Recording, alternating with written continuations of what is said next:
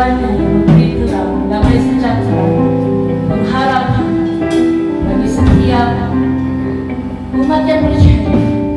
Dan kita yang ada pada pagi ini, kita menyatakan kerinduan kita semua untuk terus mengasihi Tuhan kita, dan nyatakan melalui sumpah kita pada pagi ini.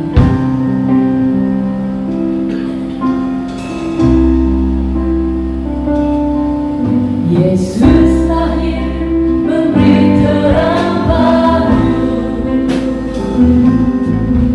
Yesus lahir memberi keselamatan. Tiada dapat ku berikan selain semua hidupku. Engkau Yesus, Tuhan dan Rajaku. Katakan Yesus, Yesus.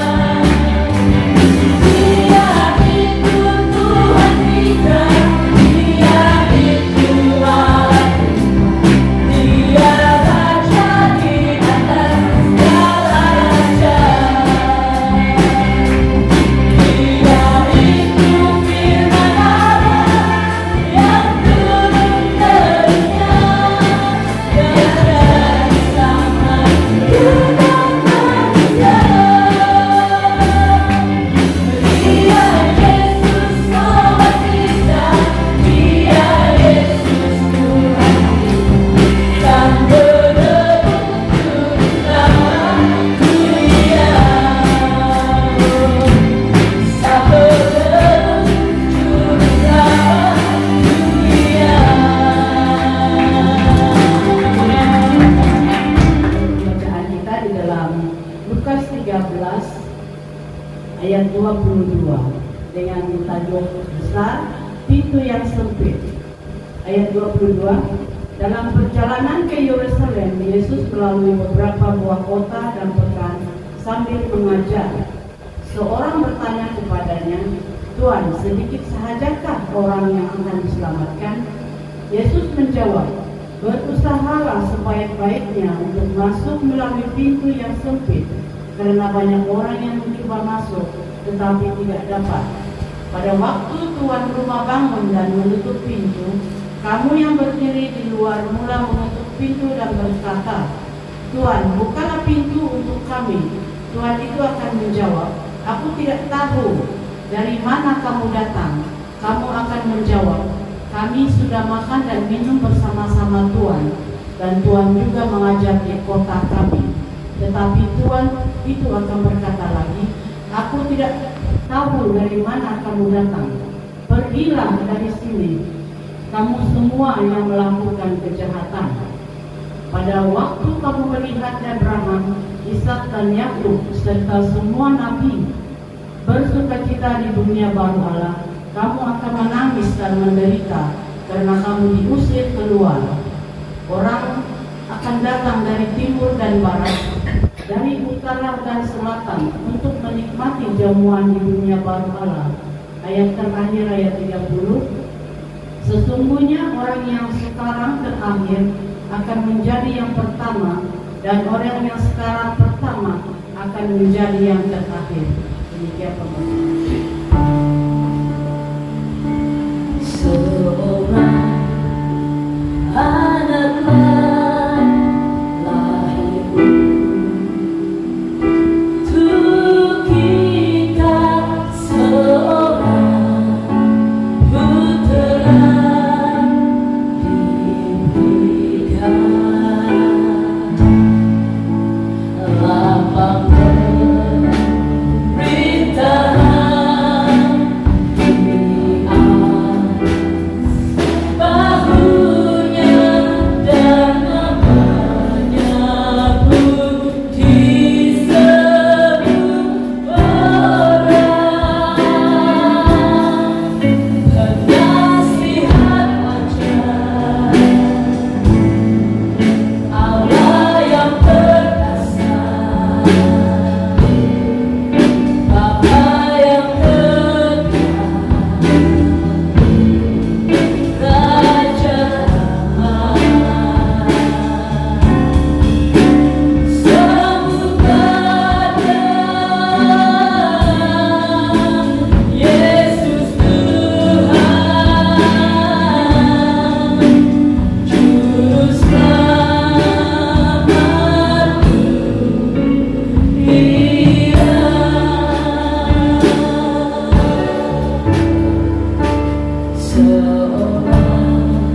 Seorang anak lahir untuk kita, seorang putra diberikan. Lambang pemerintahan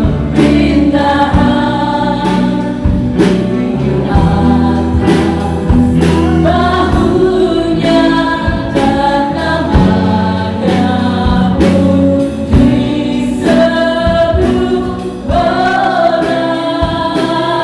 bahunya, dan namanya pun disebut orang penasihat ajar, Allah yang perkasa,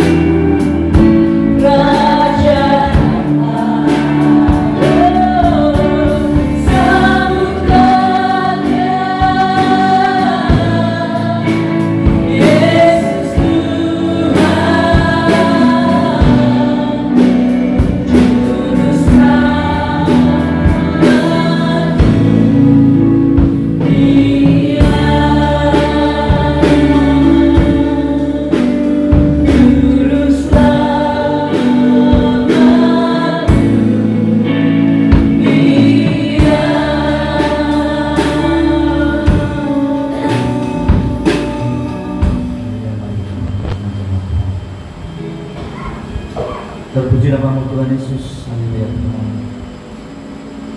Engkau kami tinggikan, Engkaulah Tuhan, Engkaulah Raja. Engkau yang baik, Engkau yang setia, memimpin kami, menemani kami. Terima kasih Tuhan Yesus. Tuhan, kami menyatakan Tuhan bahwa Engkaulah perlindungan, Engkaulah gunung batu kami. Tuhan, terima kasih Yesus. Ya Tuhan, terima kasih pada pagi ini. Tuhan, kiranya Engkau berkenan, Tuhan, kiranya pujian kami, persembahan kami layak di hadapan Engkau Tuhan Yesus. Haleluya Tuhan. Bila Tuhan hidup kami, bila masa ini Tuhan, di mana kami mempelajari firman-Mu, hamba-Mu ini Tuhan, pimpinan urapannya Tuhan, mungkin dengan sengaja Tuhan. Haleluya Tuhan Yesus, terima kasih Tuhan. Terima kasih. Biarkan Tuhan berkat-Mu dan juga perlindungan Tuhan beserta kami Tuhan.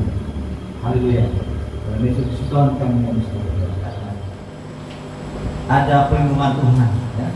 Walaupun bila kita mengikuti SOP, kita tidak boleh bersalaman, kita tidak boleh apalagi menyanyikan pujian bergandengan tangan, gitu, ya. Tapi sudah letakkan di hati kita bahwa sudah setiap kita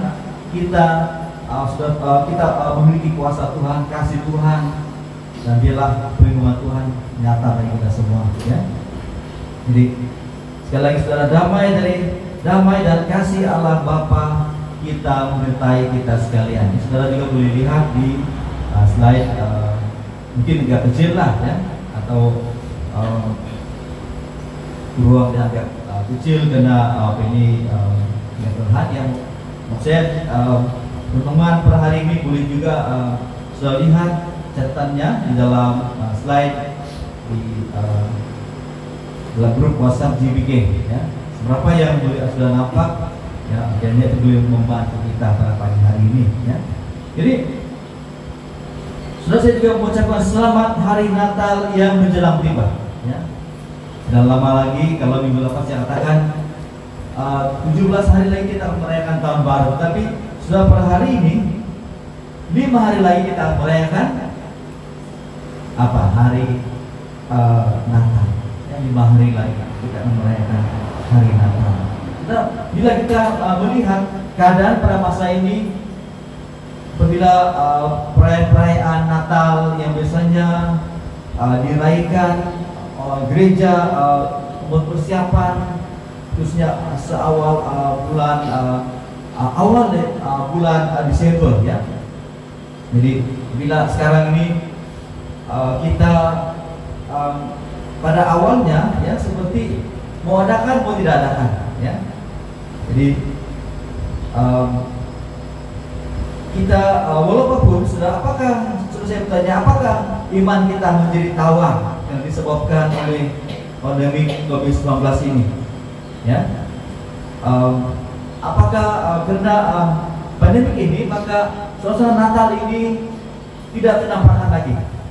Ya, mungkin juga inilah masanya untuk anak-anak Tuhan pada masa ini merayakan Natal tanpa kemeriahan, ya. Karena saudara, yang indahnya, yang pastinya saudara, bahwa Natal itu bukanlah perayaan, ya, bukanlah kemeriahan, tetapi Natal itu adalah apakah saudara dan saya masih tetap percaya kepada Yesus sehingga pada hari ini. Apakah kita masih percaya kepada Yesus? Apakah Yesus masih tetap nyata, wujud di dalam kehidupan kita, walaupun kita di dalam tekanan, kita di dalam ketakutan, kita di dalam memikirkan masa depan kita, ya, sebab pandemi ini, ya. Jadi itu saya katakan, apakah iman kita menjadi tawar karena disebabkan oleh pandemi COVID-19. Dan baru-baru kita juga mendapat SOP perayaan hari Natal, ya. Dan sedikit yang saya sentuh yaitu perayaan Natal ini kalau 25 dikatakan dimulai daripada jam 7 pagi hinggalah jam 1:30 petang saja, ya. Jadi kita pun sedang berpikir kalau ramai hadiran pada hari itu, ya, mungkin juga kita akan buat 2 sesi. Sebab satu sesi ini kita akan hanya memuatkan kurang lebih 45 lebih sedikit begitu, ya. Nah, jadi dalam perayaan hari Natal dan Caroling tahun ini, bagi setengah gereja mereka mengadakannya secara online berbanding mengadakannya di gereja karena jumlah kehadiran yang terhad, ya. Jadi kalau tidak Caroling pun hari Natal tetap meriah sekarang. Sebab gereja setengah ini mereka mengadakannya secara online. Jadi mereka tidak perlu menunggu kehadiran peserta Caroling, tapi mereka harus menunggu di layar screen atau di Facebook dan sebagainya, ya. Nah, melalui situasi yang berlaku sekarang ini memaksa dan menekan kita untuk berseru memanggil nama Tuhan, bertahan di dalam penderitaan, serta menguji dasar dan kerangka iman yang kita bina selama kita percaya dan menerima Yesus.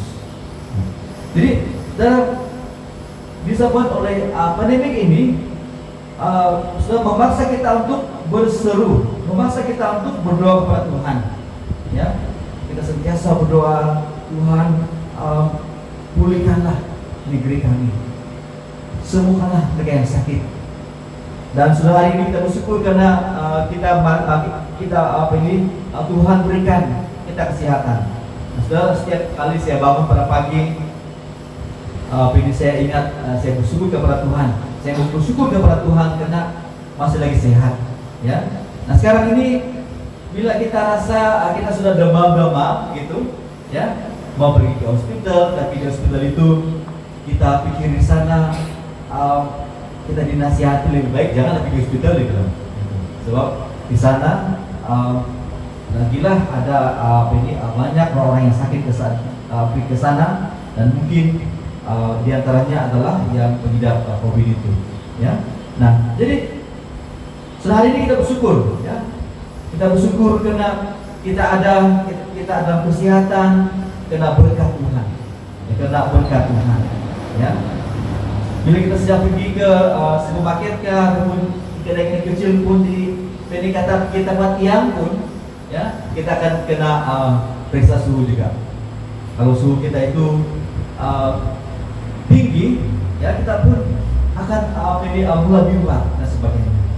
Sudah hari ini kita bersyukur, ya, karena kemurahan Tuhan kita ada di sini, kita sehat dan kita boleh berkumpul di rumah Tuhan, ya.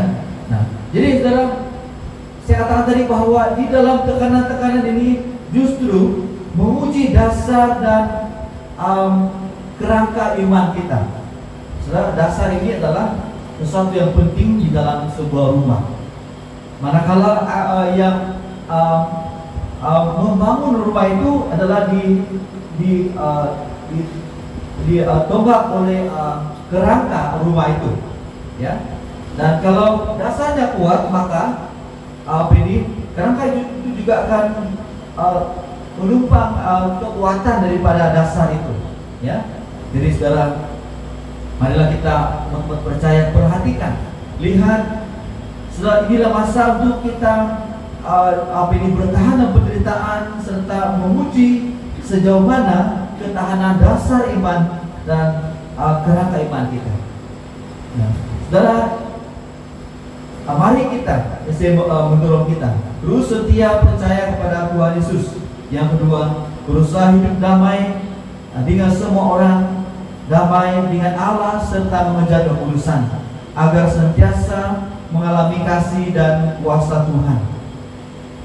Dan dalam pada itu senantiasa dikenyangkan oleh firman Allah sebagai sumber kekuatan rohani orang-orang percaya. Jadi, saudara, Bapak Ibu yang dikasihi dalam Tuhan, apakah kita memperhatikan kesehatan kerohanian kita di hadapan Tuhan? Nah, perhatikanlah proses pertumbuhan benih yang ditanam di tanah atau di pasu dan sebagainya. Yang pertama, benih itu harus bercabang, ya. Yang kedua, benih itu harus berakar. Ketiga, benih itu harus bertumbuh, dan keempat, berbuah. Nah, jadi terus sangat penting bila kita menghadapi situasi pada masa ini. Kita ada banyak pilihan, apakah kita mau pergi ke gereja ataupun tidak, ya. Dan bila kita diberi ada WhatsApp mengatakan isilah nama Anda, siapa yang mau hadir ke gereja pada minggu ini. Mungkin ada orang katakan, oh orang dulu lah, kalau ada yang sisa baru saya ikut. Sekali tengok, oh tidak sudah, oh tidak tinggi lah. Penuh sudah. Jadi alasan kita mengatakan ya saya 3 hari ini penuh sudah gereja, ya. Nah, jadi saudara, maka sampai hari ini saya membawa kita merenungkan, yaitu apakah kita memperhatikan kesehatan kehidupan rohani kita di hadapan Tuhan, ya. Apakah kita memperhatikan ini? Apakah kita ini berlomba-lomba untuk mau mengisi ruangan, ya, ruangan di gereja, kursi-kursi yang terhadir ini? Apakah kita mau orang yang mendahului, orang yang terdahulu untuk mengisi ruangan itu, atau mengambil langkah ataupun berpikir bahwa saya akan melihat dulu berapa yang tinggal, ya. Nah, jadi saudara, inilah saya katakan bahwa penting sekali kita memperhatikan kesehatan rohani kita. Nah, demikian iman kita harus melalui proses-prosesnya dan ditekuni sehingga menghasilkan buah yang baik. Kalau kita melihat proses pertumbuhan itu dari awal sehingga pohon itu bertumbuh dan berbuah, itulah yang menyenangkan Tuhan. Itulah dinamakan bahwa pohon itu benar-benar berhasil. Ya, demikian juga dengan iman kita. Dan jika iman kita ini kita tekuni, kita melalui proses di dalam pendewasaan rohani kita, maka kita akan menghasilkan buah. Kita akan menghasilkan buah-buah roh lagi. Nah, tema kita sudah melihat di dalam slide itu, yaitu harus berusaha berjuang untuk memperoleh keselamatan hidup kekal. Ya, di dalam Lukas 13 ayat 22 hingga 30. Tujuan firman Tuhan pada hari ini yaitu pendengar akan mengetahui bahwa untuk menanggapi keselamatan yang telah diberikan oleh Tuhan, manusia harus diubahkan hidup oleh kebenaran serta dipimpin oleh Roh Kudus agar mampu memasuki pintu yang sempit menuju keselamatan. Ya, jadi ringkasannya di sini bahwa Allah menyediakan kita keselamatan. Itulah kalau kita lihat contohnya itu di dalam konteks ini adalah pintu, ya, pintu. Jadi sudah Allah menyediakan kita satu pintu untuk keselamatan, ya, dan namun pintu itu dikatakan pintu itu sempit. Sudah tanggung jawab kita adalah menanggapi bagaimana kita bersaing untuk memasuki pintu itu. Jadi Allah sudah menyediakan kita satu pintu keselamatan. Yesus juga katakan, akulah pintu.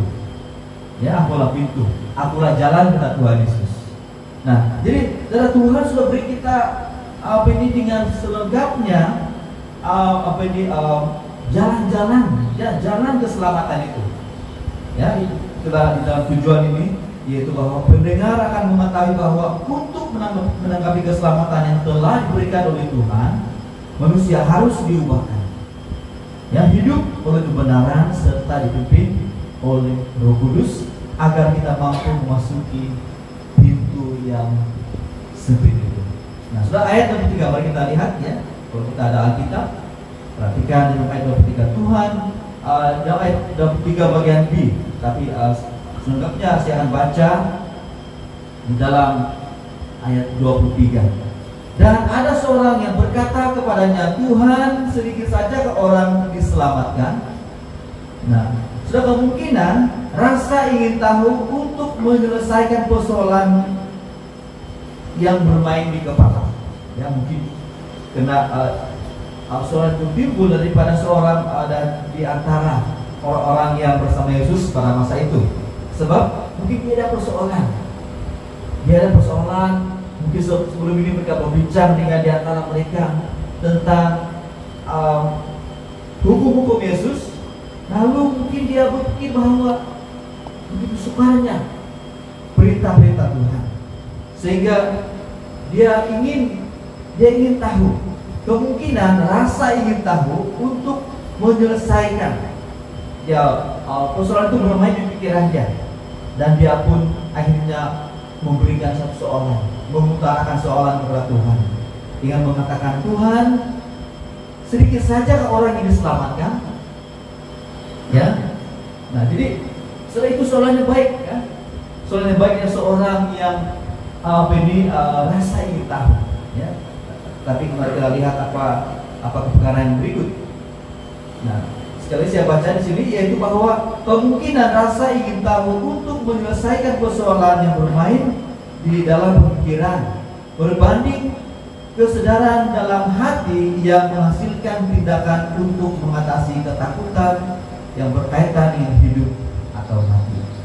Nah, hanya sekadar untuk menyelesaikan satu persoalan yang bermain di kepala, berbanding dengan kesadaran di dalam hati, dan akhirnya dia memerlukan tindakan untuk mengatasi ketakutan. Seorang yang ada ketakutan, kalau begini, kalau demikian, dia mengatakan, tentu saya tidak akan selamat, tentu saya tidak akan masuk surga, dan tentu kalau saya tidak masuk surga, saya akan masuk mana? Saya akan masuk ke neraka. Jadi seseorang yang menyadari, dia merasa takut sebab dia berpikir, saya masuk di dalam kerajaan surga atau tidak, ya. Jadi ada dua kemungkinan di sini. Seseorang yang bertanya ini, mungkin seorang yang pertama ini dia hanya ingin tahu saja, menyelesaikan pemikiran yang kusut tentang masuk surga atau tidak. Tetapi seorang ini pula dia takut, maka itu dia bertindak karena dia tahu bahwa persoalan yang dihadapi itu adalah antara hidup dan mati, masuk surga dan masuk neraka, ya. Nah, banyak orang yang ingin tahu siapa yang akan diselamatkan daripada bertanya apa yang harus dilakukan supaya diselamatkan, ya. Betul? Gimana kita, saudara? Apakah kita pilih seorang yang hanya mau tahu siapa yang diselamatkan, ya? Dia memiliki Alkitab untuk membandingkan siapa yang boleh diselamatkan, siapa yang akan selamat. Berbanding yaitu dengan banyak orang yang ingin tahu siapa yang akan diselamatkan daripada bertanya apa yang harus dilakukan supaya selamat. Ya, sudah lebih paham kan? Ya. Nah, kemungkinan orang ini melihat betapa ketatnya hukum Kristus, maka itu ia bertanya soalan itu kepada Yesus. Ya. Nah, beberapa hal ini kita tunjukkan kepada seseorang yang bertanya kepada Yesus. Apa soalan dia? Siapa yang perhatikan di sini? Coba kalau saya tanya saudara, apakah soalan orang ini, saudara? Apakah soalan seseorang yang prihatin ini, seorang yang penuh pertanyaan ini? Coba sebutkan sama-sama, coba Tuhan. Ya, coba sebutkan sama-sama. Ayat 25 bagian ayat 23 bagian B. Coba dibaca sama-sama. Oke, 2, 3. Ya, itulah beberapa pertanyaan kita, beberapa kupasan kita tentang soalan dari seorang yang bertanya kepada Yesus. Nah, jadi seorang kita seharusnya, apakah saya termasuk orang yang akan diselamatkan? Ya. Berpikir, ya, pikiran yang positif, pikiran yang membawa kepada satu tindakan, yaitu bukan bertanya siapa yang Tuhan, siapa yang diselamatkan, tetapi soalan yang melihat kepada diri sendiri adalah apakah saya salah seorang daripada orang yang akan diselamatkan. Ya, sudah kemungkinan apabila mereka bersama dengan Tuhan Yesus, Yesus memberikan ajaran, maka ajaran itu baginya sungguh keras dan dunia ini juga begitu jahat dikatakan, maka soal itu timbul. Ya, jadi namun sudah kita bersyukur sebab daripada seseorang ini membawa kita melihat diri kita, sehingga kita mengatakan, apakah saya termasuk salah seorang yang diselamatkan? Ya? Nah, jadi sudah dalam ayat 24, jawab Yesus kepada orang di situ, berjuanglah untuk masuk melalui pintu yang besar itu. Sebab aku berkata kepadamu, banyak orang akan berusaha untuk masuk tetapi tidak akan dapat. Ya, semua yang ingin diselamatkan harus masuk melalui pintu yang sesak itu, atau jalan yang sempit. Nah, sudah saya memberikan beberapa gambaran. Nah, saya kalau hanya ada satu jalan, ya, bila kita kita memang saudara, kalau kita pergi ke sebuah kebaktian besar-besaran di stadium KKR, dan bila kita sudah masuk ke sana, ada tempat duduk, bukan tempat duduk yang istimewa sangat, dan kita harus duduk di rumput, dan itu memang sudah sangat baik karena kita dapat berada di hadapan pengkhotbah yang kita nantikan itu, ya. Tapi sudah selesai kebaktian itu, kita akan keluar. Ya, kita akan keluar. Sudah bagaimana kalau hanya ada satu jalan saja, satu ruang keluar saja, ya? Hanya satu ruang keluar yang kita harus ikuti. Apalagi sekarang ini, memang semua begitu, tidak boleh berkumpul, sudah ramai-ramai kan? Kita keluar itu kita sudah tidak mengikuti penjarakan sudah, gitu, ya. Tapi sudah kita ambil cerita itu, bila kita masuk dan kita keluar, dan hanya ada satu pintu saja, hanya ada satu pintu, dan orang harus beratur, orang harus bersabar, ya. Dan mungkin juga ada orang yang tidak kesabaran, ya.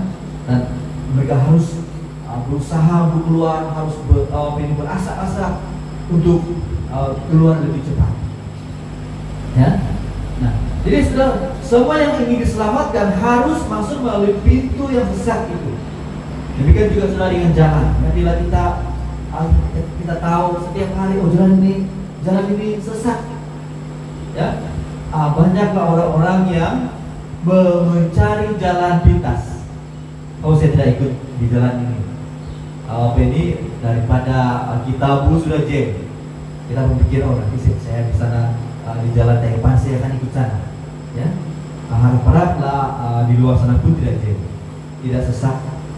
Nah, jadi saudara, di dalam kita ini hanya ada satu jalan saja. Mungkin sudah banyak orang-orang yang mencari jalan lain, mencari jalan singkat untuk menuju ke tujuan. Ya, tetapi di dalam Alkitab saudara mengatakan bahwa hanya ada satu pintu, hanya ada satu jalan, ya, untuk kita diselamatkan. Sebab itu kita kenalah bersabar, kita kenalah bersabar sesabar-sabarnya kita, ya. Saudara, untuk kita menerima keselamatan ini, untuk kita masuk ke dalam kerajaan Tuhan, hanya ada satu jalan. Ya, lagi pula jalan itu sempit, ya. Jalan itu memerlukan kesabaran kita. Nah, saudara, di sini yaitu apa sebenarnya jalan sempit itu?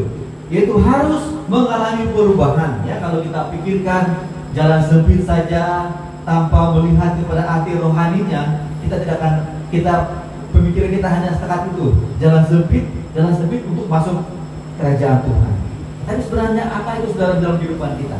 Ya, yaitu harus mengalami perubahan, yaitu mengalami kelahiran baru oleh Roh Kudus serta memiliki disiplin rohani yang tetap. Dan inilah jalan, inilah proses untuk kita memasuki jalan sempit itu, untuk memasuki kerajaan Tuhan. Itu kita harus diubahkan, ya. Kita harus diubahkan, ya. Sudah keseluruhan. Kita bayangkan di sini, yaitu dikatakan kelahiran baru itu adalah sama seperti bayi yang baru dilahirkan, dengan pemikiran yang baru, dengan segala sikap kita yang lama itu diubahkan, ditinggalkan, dan tidak ubah seperti seorang bayi yang masih kecil, yang sikap kita dibina, watak kita dan sebagainya. So itulah Tuhan kita. Dia membaharui kita, dia membaharui hati kita, dia membaharui pikiran kita. Ya, supaya di mana kita mengatakan bahwa itulah sebagai daripada proses untuk kita memasuki pintu yang sempit itu. Nah, yang kedua yaitu mengalami kesukaran dan penderitaan. Ya, apakah sudah pintu yang sempit itu? Yaitu kita ini akan mengalami kesukaran dan penderitaan. Ya, sudah kalau seseorang yang menjadi percaya dan sudah sekarang ini kalau seorang hanya berkhotbah tentang berkat saja, tentang bila kita taat memberi akan ada berkat, ya, dan maka khotbah itu akan dikritik sebab dia hanya berkhotbah tentang keberhasilan, tentang Injil kemakmuran. Tetapi saudara, di sini bahwa sebagai orang yang percaya, kita juga akan ada masanya akan mengalami kesukaran. Ya, sesuatu yang kita buat itu kadang-kadang sesuatu yang kita buat kadang-kadang itu ada sukanya juga, ya. Dan mungkin kita pikir tadi saya masukkan ini, saya tutup ini botol. Ya, biasanya satu perkara yang di rumah yang saya selalu perhatikan, bila dia sendiri menukar itu air dispenser dan satu botol ini, dia tutup, dia memasukkan botol pada awalnya sangat senang, tapi bila kita mau keluarkan sangat suka sekali. Jadi sampailah saya mencari benda-benda yang keras untuk menolaknya keluar, ya, sampai koyak-koyak itu dia punya penutup. Jadi saudara, itu satu contoh yang mudah, ya. Mungkin juga di dalam hidup kita, bila kita buat sesuatu ada banyak kesukaran, ya, ada banyak hal-hal yang sukar untuk kita lakukan, untuk kita menyelesaikan. Tetapi saudara, tahu kita bahwa kesukaran kecil itu adalah sebagian daripada ini proses kematangan kita di dalam Tuhan. Nah, jadi ingat bahwa pintu sempit itu adalah ada masanya kita akan mengalami kesukaran atau penderitaan, tetapi akan menghasilkan kematangan rohani. Saudara, yang ketiga, jika kita mengikuti Yesus, tunduk kepada Yesus sebagai penguasa utama hidup kita, maka kita sedang berjalan di jalan atau pintu yang sempit yang menuju kehidupan. Saya perhatikan bila kita benar-benar ikut Yesus, Yesus ini mau dalam hidup kita ini, dia sebagai penguasa dalam kehidupan kita. Sudah apapun yang kita lakukan, sudah kita tahu Yesus adalah penguasa kita. Kita harus tunduk, kita harus akur pada kehendak Tuhan, kehendak Yesus sebagai penguasa dalam hidup kita. Dan kalau kita sedang bahwa kita sedang berjalan di jalan yang sempit, sebab kita harus patuh, kita harus mentaati, kita harus menyangkal keinginan kita. Kita harus lebih mendahulukan keinginan Tuhan dalam kehidupan kita. Ya, itu menunjukkan bahwa kita sedang, apa saya katakan, yaitu kita sedang berjalan di jalan atau pintu yang sempit yang menuju kehidupan. Nah, kemudian saudara, yaitu orang yang ingin masuk melalui pintu yang sesak itu harus berjuang untuk memasukinya.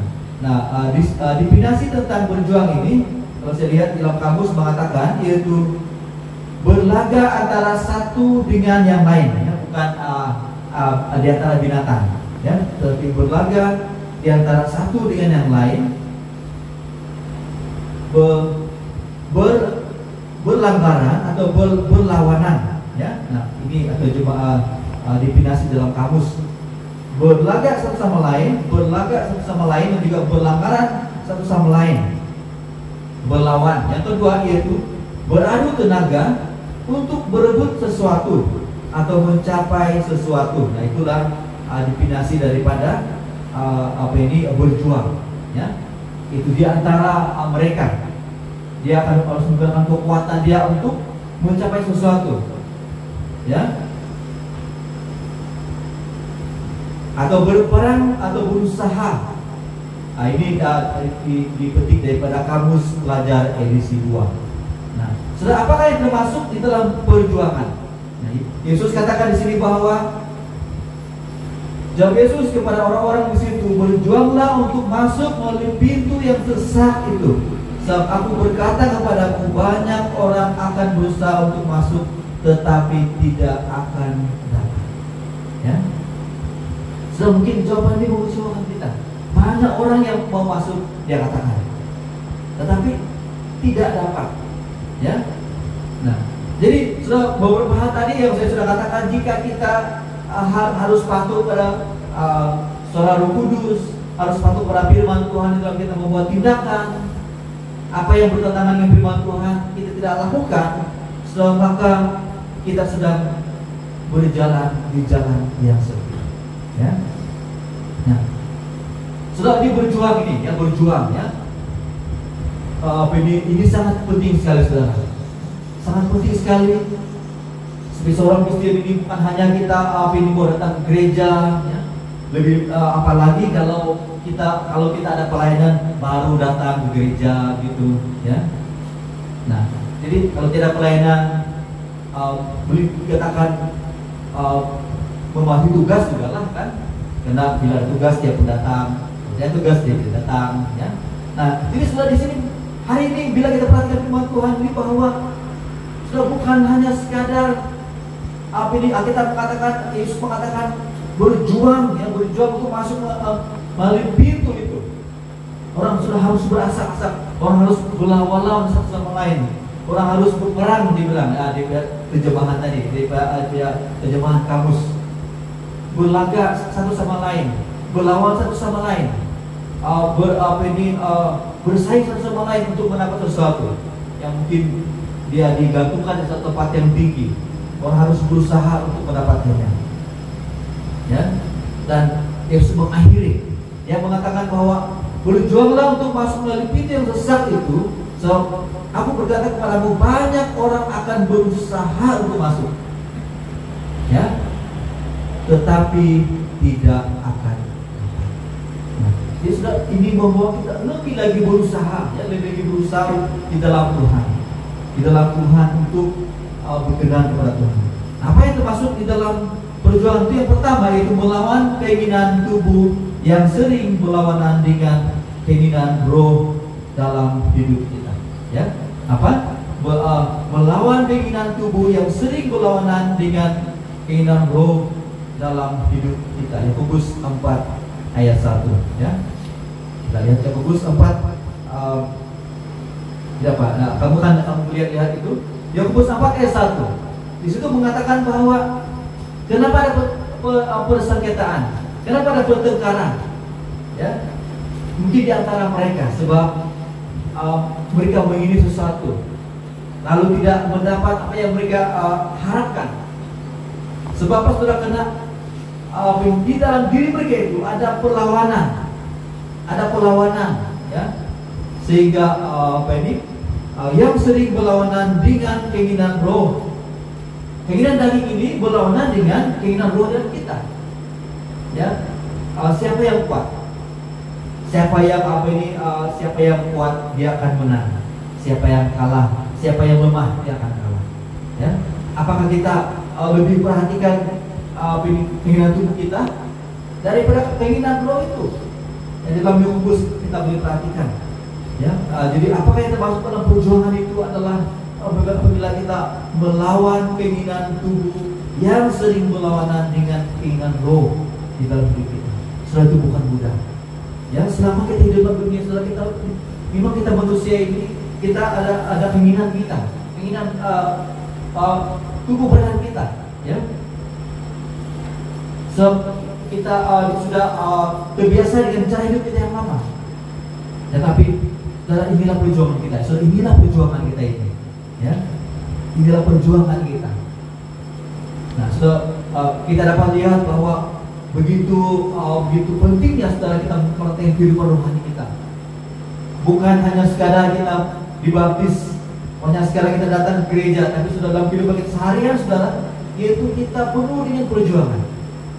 Perjuangan untuk melawan keinginan keinginan tubuh kita, ya, yang berdosa, yang tidak benar. Saudara, yang kedua yaitu berjeri lelah di dalam pelayanan. Sudah melihat dalam 1 Korintus 15 ayat 68. Nah, kalau kita berjeri lelah dalam pelayanan, ya, setia melayani Tuhan walaupun bukan walaupun tidak pernah dihargai, ya, walaupun kita pikir bahwa apalah saya dapat ini, apalah hasil saya dapat, saya banyak gunakan uang saya banyak gunakan tenaga saya, masa saya untuk Tuhan, ya. Nah, kalau kita berpikir demikian sekarang, kita sudah tidak melihat bahwa kita mengatakan jeri lelah kita dalam pelayanan itu tidak sia-sia, ya. Nah, jika kita sedang di dalam proses itu, sedang melakukan hal-hal itu, maka kita sedang termasuk di dalam perjuangan untuk berjuang masuk melalui pintu itu, ya. Siapa yang terus bertahan, siapa yang terus kuat dalam Tuhan, kita sudah sedang berusaha masuk melalui pintu yang sesat itu. Ya, yang ketiga, bertekun dalam doa dan membaca Alkitab. Yang bertekun dalam doa dan membaca Alkitab, 1 Timotius pasal 4 ayat 13, dan juga yang kedua Roma 12 ayat 12. Ya, ini bukan itu tentang bertekun dalam doa, ya. Mungkin kita akan pikir tentang persekutuan doa ini. Ya, bila kita katakan bahwa hari ini hari Kamis kita ada persekutuan doa, ya. Sekarang ini kita tidak, kalau kita sekarang berusaha juga, ya, walaupun kita tidak kebaktian di gereja, kita kita hanya harus duduk di rumah. Mungkin lagi kita baring-baring kan, duduk di sofa. Dan kalau kita katakan ada persekutuan doa, ya, kita tidak perlu keluar. Cukuplah kita di depan telepon kita, hanya perlu kita bersama, hanya perlu kita bersama-sama kehadiran kita di dalam persekutuan itu, ya. So, itu satu berkat, itu akan melatih kita. Saya di dalam beberapa masa waktu kita tidak kebaktian, kegiatan per hari seperti per hari ini, saya sempat mengikuti beberapa teman saya di dalam doa, ya, hari-hari. Mungkin hari ini saya katakan, oh, hari ini saya anggap benar, saya tidak mau ikut lagi persekutuan doa, ya. Oke, besoklah saya ikut. Kadang-kadang saya pun begitu juga, ya. Tapi saya mau apa ini? Sudah saya lihat berkat itu, saya lihat berkat doa itu, ya. Tuhan memberi saya berkat-berkat, ya. Berkat yang saya tidak pikirkan. Nah, jadi pada masa ini saya katakan, kalau kita memperhatikan apakah segi dalam perjuangan itu adalah bertekun dalam doa dan membaca Alkitab, ya. Dan sudah doa itu sangat berkat, sangat memberi kita berkat kuasa, ya. Dan sekarang ini hanya cukup kita berada di telepon kita, di depan telepon kita, bertekun, bertahan di sana, bersama-sama dalam doa, ya. Doakan keluargamu, saudara. Doakan seisi keluargamu, doakan jiran-jiranmu, ya. Doakan kita sebagai anggota sidang jemaat Tuhan. Doakan sekarang ini, saudara, yaitu doakan pemulihan tentang COVID-19 ini, ya. Sudah, kalau kita memberi ruang kita untuk hal itu, Tuhan akan sudah memberkati kita, ya. Tuhan akan memberkati kita. Saudara, yang keempat, mematikan dalam diri segala sesuatu yang duniawi. Dalam Kolose pasal 3 ayat 5. Kolose pasal 3 ayat 5. Sudah berlihat. Nah, sudah bayangkan bagaimana mematikan sesuatu yang duniawi itu. So, bukankah ini satu perjuangan? Apakah ini sesuatu yang mudah? Sudah tidak semudah ini. Tidak semudah yang kita mau katakan. So, ini semuanya harus apa, saudara? Ingat satu kata yang pendek kata di sini, bahwa ini adalah satu perjuangan. Ya, berjuang untuk mematikan. Ya, kalau kita mau mematikan ular, ya, kita harus pukul kepalanya. Ya, pukul kepalanya. Kalau kita nampak kalau orang lain ini kalau dia nampak ular dia tangkap pas dapat jauh-jauh. Tapi kalau kita punya prinsip di sini, kalau kita nampak ular jangan kasih can dia, ya kasih pukul dia supaya sebelum nanti dia adalah binatang yang berbisa, ya. Nah, jadi sudah bayangkan bagaimana kita mematikan dalam diri kita sesuatu duniawi. Ya. Duniawi ini adalah sesuatu yang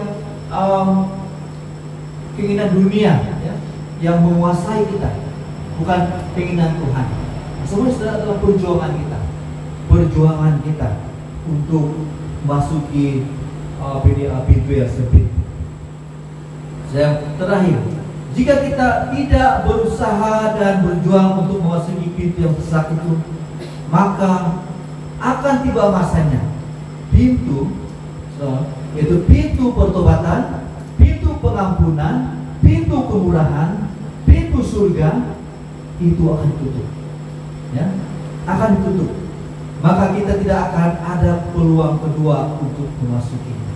Sehingga Alkitab mengatakan, ya, di sini saya baca, jika tuan rumah telah bangkit dan telah menutup pintu, kamu akan berdiri di luar dan mengetuk-ngetuk pintu sambil berkata, Tuhan, bukakanlah pintu, bukakanlah kami pintu. Dan ia akan menjawab dan berkata kepadamu, aku tidak tahu dari mana kamu datang.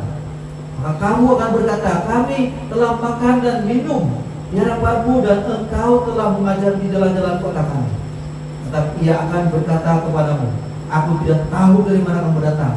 Pergilah dari hadapanku, hai kamu sekalian yang melakukan kejahatan. Di sanalah akan terdapat ratap dan ratakan gigi. Apabila kamu akan melihat Abraham dan Ishak dan Yakub dan semua nabi dalam kerajaan Allah, tapi kamu sendiri dicampakkan di luar. Saudara, ini kalau kita lihat ada berkaitan dengan konteks semula, yaitu orang-orang Yahudi yang menolak Mesias, ya. Dan bahkan kita mengatakan bahwa mereka ini mengklaim kepada Tuhan Yesus bahwa Yesus pernah mengajar di kota-kota mereka. Atau mungkin dalam kita punya bahasa, Tuhan, kita sama-sama pernah kupi baik Tuhan, kayak begitulah, kan? Ataupun kita kenal benar siapa Tuhan itu, sehingga ini berkatakan, kamu pernah mengajari kota kami. Tadi Yesus katakan, aku tidak pernah kenal kamu. Ya? Sebab mereka tidak berusaha, mereka tidak mau mengendahkan kehidupan rohani mereka. Cukuplah saya ini seorang sudah dibaptis, ya. Sudah tidak sudah masa sekarang ini kita harus berlomba-lomba. Kita harus kita sudah hanya kita begitu terhad untuk datang ke gereja, ya, hanya beberapa ruangan saja, ya. Jika kita tidak berusaha mengisi ruangan itu, maka kita adalah orang-orang yang satu masa, ya, yang tidak pernah masuk ke dalam pintu itu karena tidak pernah berusaha, tidak pernah berjerih lelah, tidak pernah bertekun. Maka satu masa, saudara, ini doa saya, ya, saya berdoa saudara kepada bapak-bapak kita, muda-mudi kita, siapa yang sudah lama tidak datang kepada Tuhan, saudara, saya berdoa pada hari ini, yaitu jangan sampai pintu itu tertutup bagi Anda, ya. Jangan sampai pintu itu tertutup bagi Anda. Apabila Tuhan itu bangkit dan dia menutup pintu, walaupun kita menutup pintu itu, Yesus mengatakan, aku tidak pernah kenal kamu, ya. Sama saudara, adalah pintu pertobatan sudah tutup, pintu pengampunan sudah tutup, pintu kemurahan dan pintu surga sudah tutup. Dan kita mengatakan bahwa di sanalah Tuhan katakan, enyahlah dari hadapanku, hai kamu sekalian yang melakukan kejahatan, ya. Tiada harapan. Di mana saudara, pada musim perayaan Natal, Yesus datang untuk menyatakan dirinya sebagai hanya satu pintu untuk kita memasukinya. Nah, jadi Dan nampaknya pintu ini begitu sukar sekali ya, untuk memasukinya. Dan tujuannya bukan untuk kita mengatakan kalau begitu akhirnya kita katakan kalau begitu siapa yang masuk kerajaan Tuhan kalau begitu ya. Tetapi harus kita tanyakan kepada diri kita, sayakah salah seorang yang akan masuk itu dalam kerajaan Tuhan? So, saya percaya bahwa kuasa Roh Kudus dalam hidup kita memampukan kita untuk berjuang, saudara. Ya, Tuhan tidak akan kita berjuang sendiri, tidak. Ya. Tapi Dia beri kita rohnya, Dia baharui pemikiran kita, Dia baharui hati kita, sehingga saudara kita mampu dengan kekuatan kita, tapi untuk kekuatan Tuhan. Ya. Jadi, saudara, marilah pada musim Natal ini, saudara, kita tahu Allah telah menjelma menjadi manusia. Dia datang, Dia sudah memberikan segala sesuatu untuk hidup yang selalu kita terima Tuhan. Mari saudara kita datang kepada Tuhan, mari kita berdoa. Kita berdoa, saudara.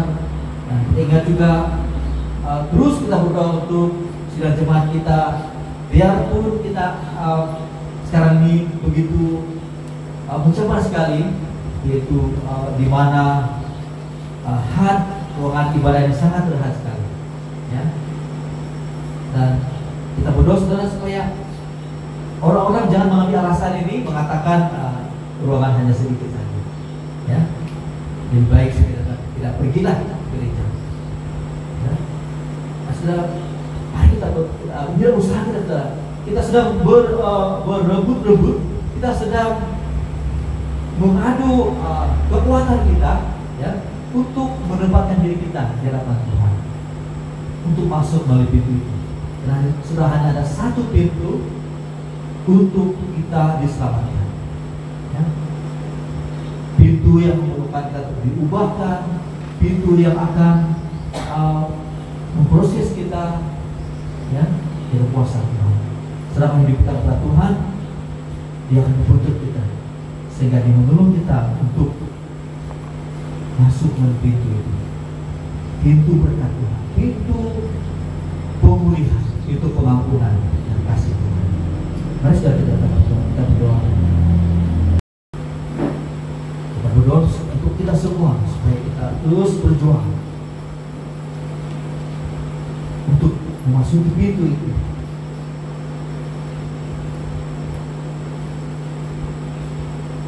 Jadi kita berdoa untuk sidang jemaat Tuhan. Kita berdoa untuk jiran-jiran kita. Kita ada kasih yang besar kepada mereka, agar mereka kita beritakan lagi firman Tuhan, Injil keselamatan kepada mereka. Nah, Tuhan bekerja atas pemberitaan kita kepada mereka, kepada teman-teman kita yang belum pernah mendengar tentang Yesus. Mengasihi Tuhan, pada musim Natal ini Allah telah memberikan anak Yesus Kristus untuk memberi harapan, untuk pengampunan dosa kepada semua orang. Tuhan Yesus, Allah Bapa, terima kasih Tuhan hari ini berpeluang mendengar firman-Mu, dan juga Tuhan berpeluang untuk hadir di rumah Engkau ini Tuhan. Oh Tuhan, terima kasih karena kami ada kekuatan. Kami sedang berusaha untuk masuk melalui pintu yang besar itu, Tuhan. Kami tidak mau ada di luar sana Tuhan, tapi kami berusaha untuk masuk melalui pintu itu, Tuhan. Nah, apabila kami sudah masuk melalui pintu itu Tuhan, kami sudah berada di dalam kerajaan Tuhan. Tuhan, suatu kami satu ketika kami belum menerima Engkau, kami masih hidup dalam keinginan dunia, maka kami berada di luar daripada pintu itu. Nah, Tuhan, apabila kami sudah menyerahkan hidup kepada Tuhan, dan Tuhan saat ini kami juga Tuhan masih dalam proses ya Tuhan untuk dibentuk oleh Engkau Tuhan, berusaha untuk masuk ke dalam kerajaan Tuhan, ke dalam pemerintahan Tuhan, dengan Tuhan membuahkan kami dengan ketekunan kami Tuhan, memerlukan kami untuk bertekun, memerlukan kami untuk terus setia Tuhan, sehingga Tuhan menjemput kami. Maka Tuhan, terima kasih kuatkan kami Tuhan. Teruskan dalam perjuangan juga berdoa Tuhan untuk sidang jemaat yang lain Tuhan, supaya Tuhan Engkau berkati hati mereka Tuhan, sehingga mereka tidak menunda-nunda waktu, sehingga pintu yang sempit itu ditutup. Tuhan, jangan sampai demikian Tuhan. Kami ingat Tuhan kepada mereka ini Tuhan, kepada bapak-bapak ini Tuhan, kepada ibu-ibu, kepada muda-mudi ini Tuhan. Pakailah kami Tuhan untuk berdoa kepada mereka Tuhan, dan seperti yang mau berdoa kepada mereka Tuhan. Kami mau menggalakkan mereka Tuhan. Kami mau memberitakan, berkongsi firman Tuhan kepada mereka Tuhan. Terima kasih Tuhan Yesus, terima kasih Tuhan. Dan kami bersyukur dalam doa kami. Karena Yesus Tuhan dan Juru Selamat kami. Sekarang jawabannya kita semua, amin. Jawab segalanya, jawab bagiku.